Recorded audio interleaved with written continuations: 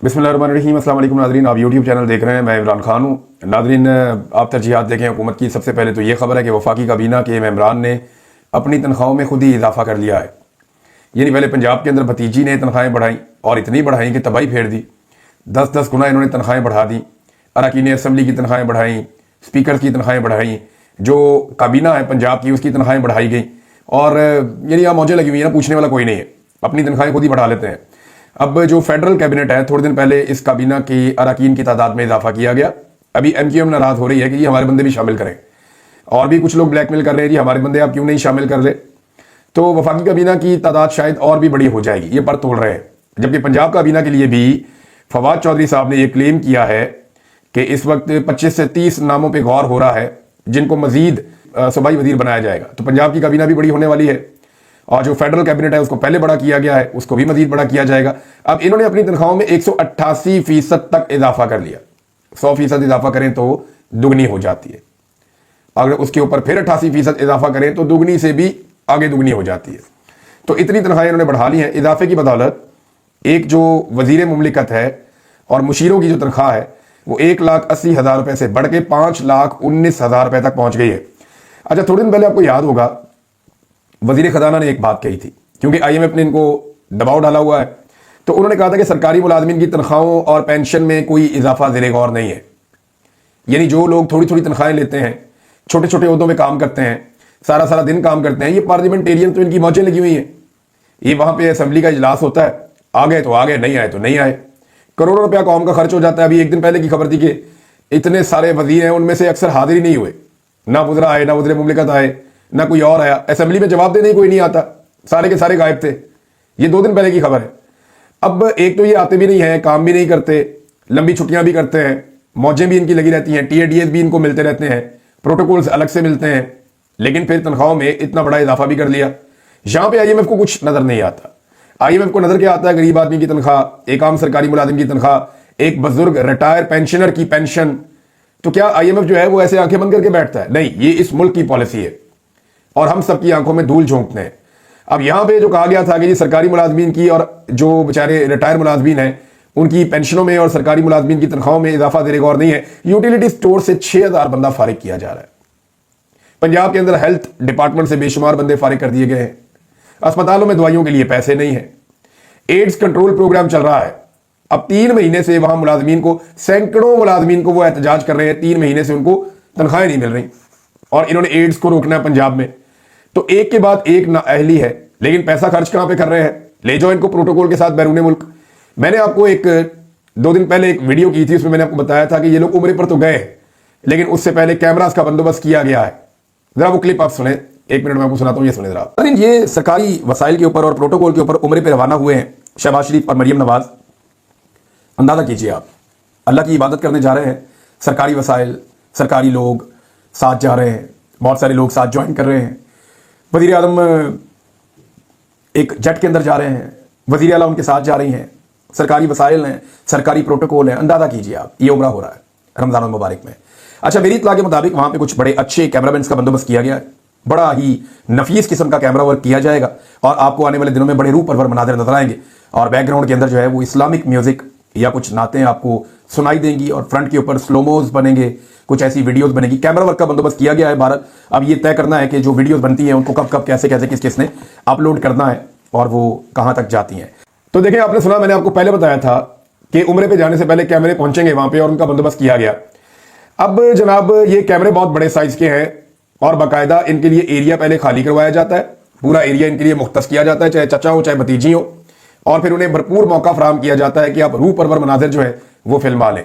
तो वहां पे मरियम नवाज बच्चों के साथ बैठ के टॉप क्लास किस्म के कैमराज हैं, वो 3 एंगल से कवर कर रहे हैं मस्जिद नबी में। ये क्या ड्रामा चल रहा है? ये वो मुकाम है जहां पे जाके इंसान कांप जाता है, ये वो मुकाम है जहां पे इंसान अपने आप को भूल जाता है।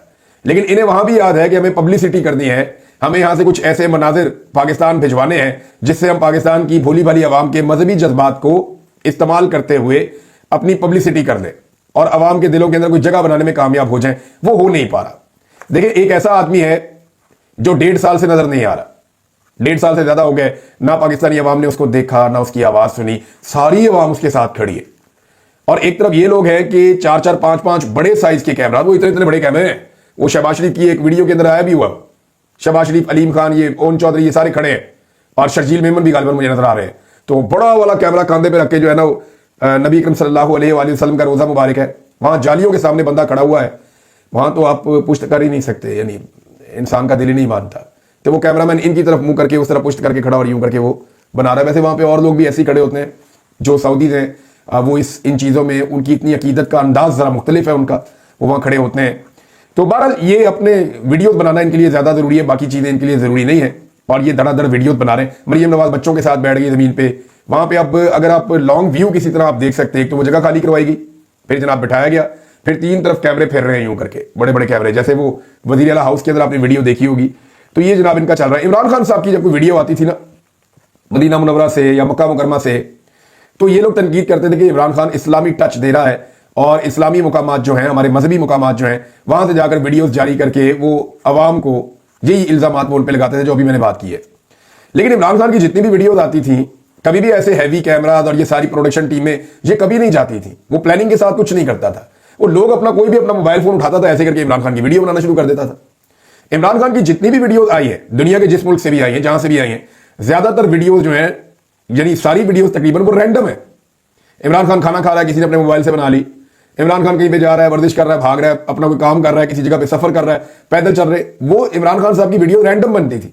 अगर वो मक्का मुकरमा में है या मदीना मुनव्वरा में है, लोग उनको मिलना चाहते हैं, लोग उनके पास आ रहे हैं या इमरान खान को प्रोटोकॉल दे रहे हैं, तो लोग ही वीडियोस बना रहे होते थे और वो लोग ही वीडियोस वायरल कर देते थे। यहां पे सिलसिला उल्टा है, ये लोगों के अंदर तो जा नहीं सकते, मुकद्दस मुकामात में भी लोगों के अंदर नहीं जा सकते, इनको बाकायदा जो है वो सहूलत लेनी पड़ती है वहां की गवर्नमेंट से कि जनाब यहाँ पे हमें सहूलत दी जाए, और एक प्रोडक्शन की भी बाकायदा इनको एक आदत है, वो भी ये करवाते हैं अपने लिए और फिर ये भिजवाते हैं। इमरान खान साहब का ये काम खुद ही होता था। नेचुरल में और ड्रामा में बहुत फर्क है, यानी ये जो करते हैं ये एक फिल्म बना के चलाते हैं, और इमरान खान साहब जो है वो एक हकीकत है और इसको आपको मानना पड़ेगा। फिल्म में और हकीकत में जो है फर्क तो होता है। फिर हकीकी जिंदगी का हीरो इमरान खान है और ये फिल्में बनाते हैं, इनको फिल्मों का शौक है, एक्टिंग का शौक है और ये उसके ही हीरो बनाए जाते हैं। बच्चों के साथ वीडियो जनाब बनाई गई है, वो बच्चों के पीछे कैमरा कभी इधर जाता है, कभी इधर जाता है, कभी यहाँ से तस्वीर आती है। और मैंने आपको कहा था ना, इस्लामिक म्यूजिक भी रखा गया है और ये बाकायदा एंगलिंग है इसकी कि किस तरीके से इस दौरे की एंगलिंग करनी है और किस तरीके से इस दौरे को आवाम के सामने पेश करना है। दूसरी जानिब नाज़रीन, जो फरहान मलिक साहब हैं, बड़े अच्छे जर्नलिस्ट हैं। देखिए, आप में से बहुत सारे लोग उन्हें नहीं जानते क्योंकि वो मेरी तरह कैमरे के ऊपर आकर सामने काम नहीं करते, लेकिन मेरी तरह के बेशुमार लोग हैं जो फरहान मलिक साहब की वजह से जाने जाते हैं। और फरहान मलिक साहब ने बहुत सारे सहाफ़ी बनाए, बहुत सारे लोगों को हीरो बनाया, उन्हें जर्नलिज्म सिखाया उन्होंने। वो बड़े काबिल आदमी हैं और उनको जो है वो गिरफ्तार कर लिया गया सिर्फ इसलिए कि उनकी बात पसंद नहीं है।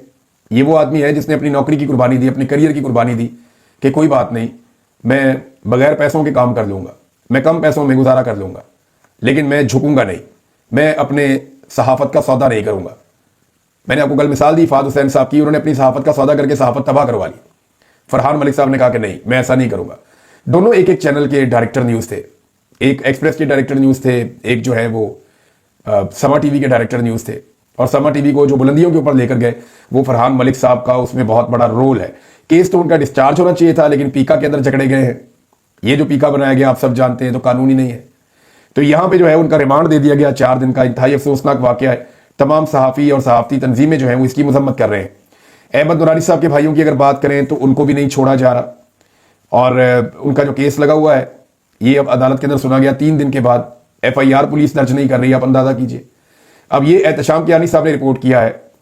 समाअत हुई है इस्लामाबाद हाई कोर्ट के जस्टिस इनाम अमीन मिनहास साहब ने केस की समाअत की। मैंने आपको बताया था कि जो जबरी गुमशुदगियों के मामलात हैं वो अब जो जजेस पहले सुनते थे उनके पास नहीं जाएंगे। ये जबरी गुमशुदगियों के मामलात को और इमरान खान के केसेस को, इस तरह की चीज़ों को टैकल करने के लिए नए जजेस लाए गए हैं हाई कोर्ट्स के अंदर, ताकि एस्टेब्लिशमेंट अगर किसी को गायब करती है, जबरी तौर पर लापता करती है, तो उसके लवाकिन जब अदालत में जाएं तो वहां पे उन्हें शदीद मायूसी हो और उस मायूसी के आलम में वो कंप्रोमाइज़ करने पे मजबूर हो जाए और एस्टेब्लिशमेंट अपनी बात मनवा ले उनसे। तो अदालतों में तो इंसाफ नापैद है। ये जरा आप सुनिए ना, देखिए। इस्लामाबाद हाई कोर्ट ने SHO थाना नून से पीर को रिकॉर्ड और रिपोर्ट तलब कर दी। SHO से हाई कोर्ट के अंदर SHO पेश हुआ, अंदाजा कीजिए आप। और SHO से कहा जी रिकॉर्ड लेकर आ जाओ पीर वाले दिन। और SHO साहब, आपके इलाके में क्या हो रहा है? बंदे उठाए जा रहे हैं, जज साहब ने कहा। उन्होंने कहा जी दरियाफ्त जारी है, जल्द पेशरफ्त हो जाएगी। SHO ने कहा। कहां पे IGs को बुलाया जाता था, कहां पे DIGs पेश होते थे। SHO आए, क्या आप अब तक इंक्वायरी से मुतालिक कोई रिकॉर्ड लाए हैं? अब SHO कह रहे हैं जनाब मैं तो ड्यूटी पे था, सीधा अदालत में पेश हुआ हूं। सिर्फ पेश होकर यह कह देना कि इंक्वायरी की है ये काफी नहीं है। ईमान मजारी साहिबा ने फिर मुदाखलत की, तो इस पे जज साहब ने आगे से मुदाखलत की कि पहले मुझे मालूम करने दें कि उन्होंने क्या किया है। ये अब जज साहब ने मुदाखलत की ईमान मजारी साहब को कि SHO साहब की तौहीन ना हो जाए। फिर उसके बाद SHO पीर को तहरीरी तौर पर बताएं कि उन्होंने क्या किया। ये जस्टिस इनाम अमीन मिनहाज साहब ने कहा। इस पे ईमान मजारी साहबा ने कहा कि 3 दिनों में उन्होंने FIR तक नहीं काटी, इससे पता चलता है। इस पे जो है वो जज साहब ने कहा कि इनकी रिपोर्ट आने दें वरना मैं IG इस्लामाबाद को तलब करूंगा।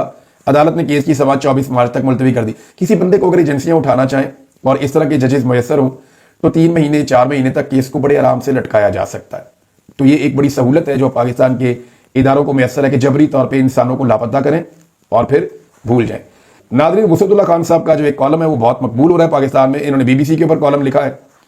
इसका लुब-ए-लुबाब ये है कि पाकिस्तान ने 78 बरस में मुतअद्दिद बार हार्ड सॉफ्ट रियासत बनाने का तजर्बा किया। कभी हार्ड रियासत बना दी, कभी सॉफ्ट रियासत बना दी। एक आध बार मुकम्मल आईनी रियासत बनने का भी तजर्बा कर लिया जाए तो क्या हर्ज है। एक दफा आइन पे भी चल के देख लेना। यहां तो डिक्टेटरों ने आइन को पामाल किया, हत्ता कि अभी डिक्टेटर तो मौजूद नहीं है, बज़ाहिर आपको सामने दिखाई नहीं देता, लेकिन मिलिट्री एस्टेब्लिशमेंट पाकिस्तान को कंट्रोल करती है ना। तो ये जो मिलिट्री एस्टेब्लिशमेंट, इन्होंने भी एक तरह का मार्शल लॉ इस मुल्क में लगाया हुआ है। आइन को बार बार पामाल किया गया है, इंतखाबात वक्त पर नहीं किए गए, जिस तरह का इलेक्शन करवाया गया आपके सामने है। जबरी तौर पर गुमशुदगियां हो रही हैं, लोगों को अगवा किया जा रहा है। पाकिस्तान तहरीक इंसाफ के ऊपर तो इस वक्त जाफर एक्सप्रेस के आने के बाद सारा अटैक जो दहशतगर्दों पे होना चाहिए था वो पाकिस्तान तहरीक इंसाफ पे हो रहा है और तहरीक इंसाफ पे अटैक किया गया है। कितनी अफसोस की बात है। यानी फरहान चिश्ती अगवा है और इसके पीछे मैं आपको वजह बता देता हूं। ये यास्मीन राशिद साहिबा के हल्के से बड़ा एक्टिव पाकिस्तान तहरीक इंसाफ का वर्कर है। अब क्योंकि ये नवाज शरीफ को सूट नहीं करता, यास्मीन राशिद भी सूट नहीं करती, तो फरहान चिश्ती को जबरी तौर पर लापता किया गया है। कोई इतना बड़ा जुर्म भी नहीं है उसका, मरियम नवाज पर उसने तनकीद की हुई है बस, लेकिन उसको उठा के अगवा किया गया और जबरी तौर पे लापता किया गया और अदालत भी मैनेज की गई। तो ये सारा कुछ क्यों हो रहा है फरहान चिश्ती के साथ? वजह यह है कि वहां पे उस हल्के में यास्मीन राशिद का नवाज शरीफ के साथ मुकाबला है और नवाज शरीफ हर उस शख्स को निशाने इबरत बनाना चाहते हैं जो यास्मीन राशिद को सपोर्ट करते हैं। और ये बहुत एक्टिव वर्कर है फरहान चिश्ती, मैं इसको जानता भी हूं। ये बड़ा एक्टिव वर्कर है। वहां PMLN के वर्कर भी बड़े एक्टिव है, लेकिन अभी क्योंकि पाकिस्तान तहरीक इंसाफ का वहां तूती बोलता है, वहां पे यास्मीन राशिद साहिबा जो है वो नवाज शरीफ को डबल की लीड से इलेक्शन हरा सकती हैं। आप आज भी इलेक्शन करवा लें तो इस तरह के जो वर्कर हैं उनको अगवा करके क्या नवाज शरीफ साहब के दिल को ठंडक दी जा रही है? मियां साहब को सोचना चाहिए, कल आपके वर्कर भी अगवा होंगे, जबरी तौर पर लापता होंगे। तो एस्टेब्लिशमेंट के साथ मिलकर जो घिनौना खेल आप हमेशा से खेल रहे हैं, अब उसको रोक दीजिए। अच्छा, तहरीक इंसाफ के लोग ज्यादा उठाए जा रहे हैं, मैं आपको ये बता रहा था, और लगातार तहरीक इंसाफ के ऊपर क्रैकडाउन हो रहा है। वसअतुल्लाह खान साहब कहते हैं आगे कि अगर आईनी रियासत बनने का तजर्बा भी कर लिया जाए तो क्या हर्ज है? जिंदगी भर सख्त लौंडा बनने की तको-दो में आखिर कब तक दौड़ा जा सकता है? देखिए, पाकिस्तान की मिलिट्री एस्टेब्लिशमेंट में एक सोच है कि वो हीरोज हैं। देखें, नगमे भी वो जारी करते हैं अपने, और ISPR नगमे जारी करता है, और वो हीरोज की तरह जिंदगी गुजारते हैं कि हम ज्यादा ताकतवर हैं, ज्यादा मजबूत हैं, सबसे अच्छे हैं, सबसे ईमानदार हैं, जान की कुर्बानी भी देते हैं। बहुत सारी लोगों की जो है वो ये इनकी सोच ये बन गई है। पाकिस्तानी बहुत सारी चीज़ों की कदर भी करते हैं, जैसा कि जिस तरह सिपाही कुर्बानियां देते हैं, जिस तरह शहादतें होती हैं, जिस तरह वो ड्यूटीज़ देते हैं अपनी बड़ी फ़र्ज शनासी के साथ। बहुत सारे ऐसे मुश्किल काम हैं जब बाकी इदारे कमज़ोर पड़ते हैं तो ये आके मदद भी करते हैं। तो ये चीज़ें अवाम को अच्छी लगती हैं, अवाम इसकी तारीफ भी करती है। लेकिन जब सियासत में मुदाखलत होती है, जब मैंडेट चोरी होता है, जब अपने कारोबारों को और अपनी नौकरियों को तहफ़्फ़ुज़ देने के लिए पूरे के पूरे निज़ाम को तलपट कर दिया जाता है, जब ये सारी चीज़ें होती हैं तो वही अवाम नाराज़ भी हो जाती है। और इस वक्त पाकिस्तान की मिलिट्री एस्टेब्लिशमेंट को अवाम की नाराज़गी का सामना है। अब आप इससे आंखें नहीं बंद कर सकते। नाज़रीन, एक और सहाफ़ी हैं हमारे, इनको भी लापता कर दिया गया है, आसिफ करीम साहब। सहाफ़ी आसिफ करीम को 13 मार्च 2025 को ज़बरदस्ती लापता कर दिया गया और उनका ठिकाना ताहाल मालूम नहीं हो सका कि उनको कहाँ रखा गया है। आसिफ बाकायदगी से बलोचिस्तान में इंसानी हकूक़ की खिलाफ वर्जियों को उजागर करते थे और इन्हें फौजी अफसरान की जानिब से मुसलसल फ़ोन कॉल्स के जरिए धमकियां मिल रही थी, जिनमें उन्हें फौजी कैंप में हाजिर होने का मुतालबा भी किया जा रहा था। ये ईमान ज़ैनब मज़ारी साहिबा ने ये वाला ट्वीट किया है।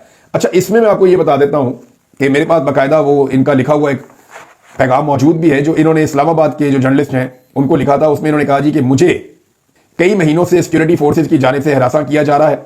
मेरे घर पर छापे के बाद DC बार खान के हुक्म पर तहसीलदार रकनी ने अब मेरी दुकान को सील कर दिया है।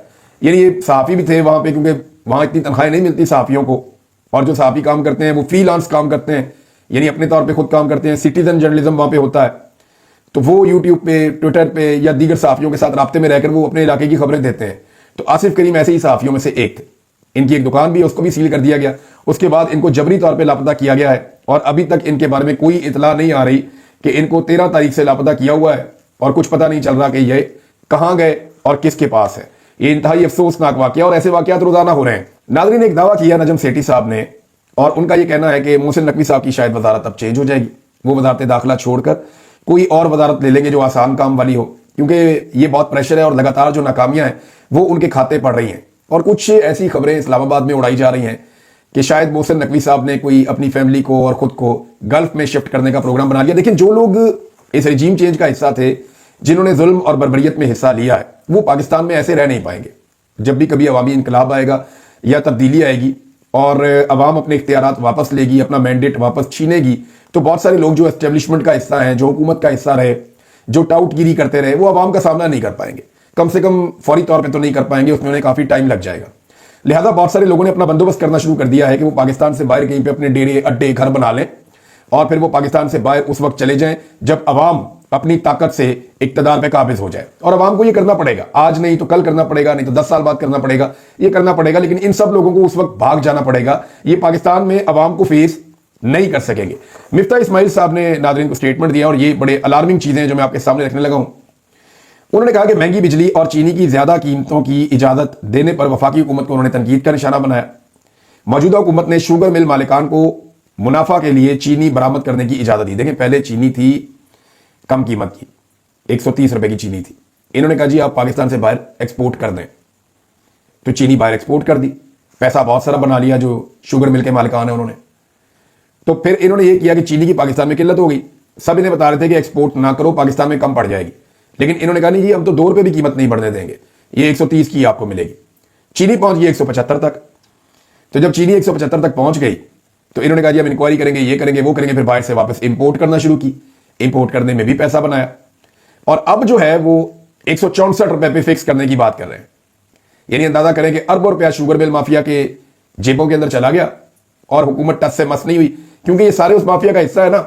70 साल से ये माफिया पाकिस्तान को चूना लगा रहा है, 50 साल से तो डेफिनेटली लगा रहा है। सिर्फ इमरान खान का एक ऐसा दौर है जिसके अंदर शुगर मिल का जो माफिया है या शुगर माफिया है, उनके खिलाफ कार्रवाई शुरू हुई थी। याद है आपको, मुश्ताक चीनी वाला, ये वो फलां sugar mill, Ramzan sugar mill, जाली अकाउंट्स, और ये सारी चीजें सामने आई थी। उसके बाद इमरान खान साहब ने जो गन्ने की खरीदारी है उसमें किसान को इतना बड़ा रिलीफ दिया कि तारीख में कभी किसान को गन्ने की ऐसी प्राइस और इस तरीके से प्राइस नहीं मिली जो इमरान खान साहब के दौरे हुकूमत में मिली। तो ये जनाब एक बहुत बड़ा एक स्कैंडल है। लेकिन इसके ऊपर काम कैसे होगा, कब होगा? एस्टेब्लिशमेंट तो इस हुकूमत को लाके बैठा चुकी है, अब ये जो मर्जी करे, एस्टेब्लिशमेंट इनको हिला नहीं सकती, क्योंकि इन दोनों की बका एक दूसरे के साथ है। इनको हिलाना है तो आवाम को एक्टिव होना पड़ेगा। अदालतें तो बेअसर कर दी गई हैं, इख्तियारात की जंग इस्लामाबाद हाई कोर्ट में चल रही है। वहां पे जो डिस्ट्रिक्ट जुडिशरी है उसके ऊपर जो एक सिस्टम बना हुआ होता है हाई कोर्ट का, वो पुराने जजेस को हटा के नए जो जजेस आए उनको लगाने की कोशिश की जा रही है। हर जगह पे अपने बंदे जो है वो इंडक्ट किए जा रहे हैं। चीनी इमरान खान के दौर में 80 रुपए किलो थी तो रोला पड़ गया था चीनी चोर, चीनी चोर, चीनी चोर। अब 180 रुपए किलो है तो कोई बात ही नहीं करता उसके ऊपर। यानी मुझे हैरत होती है कि कैसी 2 नंबरी इनकी। और कहते हैं जनाब कि हम 164 रुपए की बेचेंगे, तो वो जो ऊपर के 34 रुपए वो किसकी जेब में जाएंगे? तो ये फ्रॉड इन्होंने कौम के साथ हमेशा किया है, और ये भी उसी तरह का एक फ्रॉड है। जैसे इन्होंने ये आईपीपीज लगा दिए थे, ऐसे खौफनाक आईपीपीज इन्होंने लगाए हैं पाकिस्तान में कि आप 1 यूनिट बिजली खरीदते हैं और 3 यूनिट के आप पैसे देते हैं। यानी शहबाज शरीफ और नवाज शरीफ ने, ये कमीशन का ही चक्कर होता है ना इस तरह की चीजों में। और क्या होता है कि आप इतनी गलत प्लानिंग करें कि आपकी जरूरत है, फर्ज करें 2000 और आप लगा रहे हैं 4000, और बाद में अवाम के ऊपर डबल उसके ऊपर टैक्स डाल के बहुत सारी और चीजें शामिल करके 3 गुना के पैसे अवाम से आप ले रहे हैं। अवाम से आप बिजली खरीदना चाहते हैं 10 रुपए का यूनिट, बेचना चाहते हैं आप 65 रुपए का यूनिट, 70 रुपए का यूनिट। आईपीपी से आप बिजली खरीदते हैं इतनी महंगी, अवाम से आप खरीदते हैं बहुत सस्ती नेट मीटरिंग के चक्कर में। तो ये अवाम को हर जगह पे चूना लगाते हैं, हर जगह पे अवाम को रुसवा करते हैं, उसे परेशान करते हैं। नाज़रीन, खबरें और भी हैं मेरे पास, लेकिन मेरे ख्याल में वीलॉग काफ़ी लंबा हो गया। बाकी बातें हम नेक्स्ट वीलॉग में करेंगे। कुछ चीज़ें आपके साथ मैंने शेयर करनी है। अलीमा खान साहबा की जो तहकीकात हुई, नवाज शरीफ साहब की बीमारी और उनकी मुलाकातें, कुछ और चीज़ें भी है। अब तक इतने अपना ख्याल रखिएगा, अपने इस चैनल का भी। अल्लाह हाफिज़।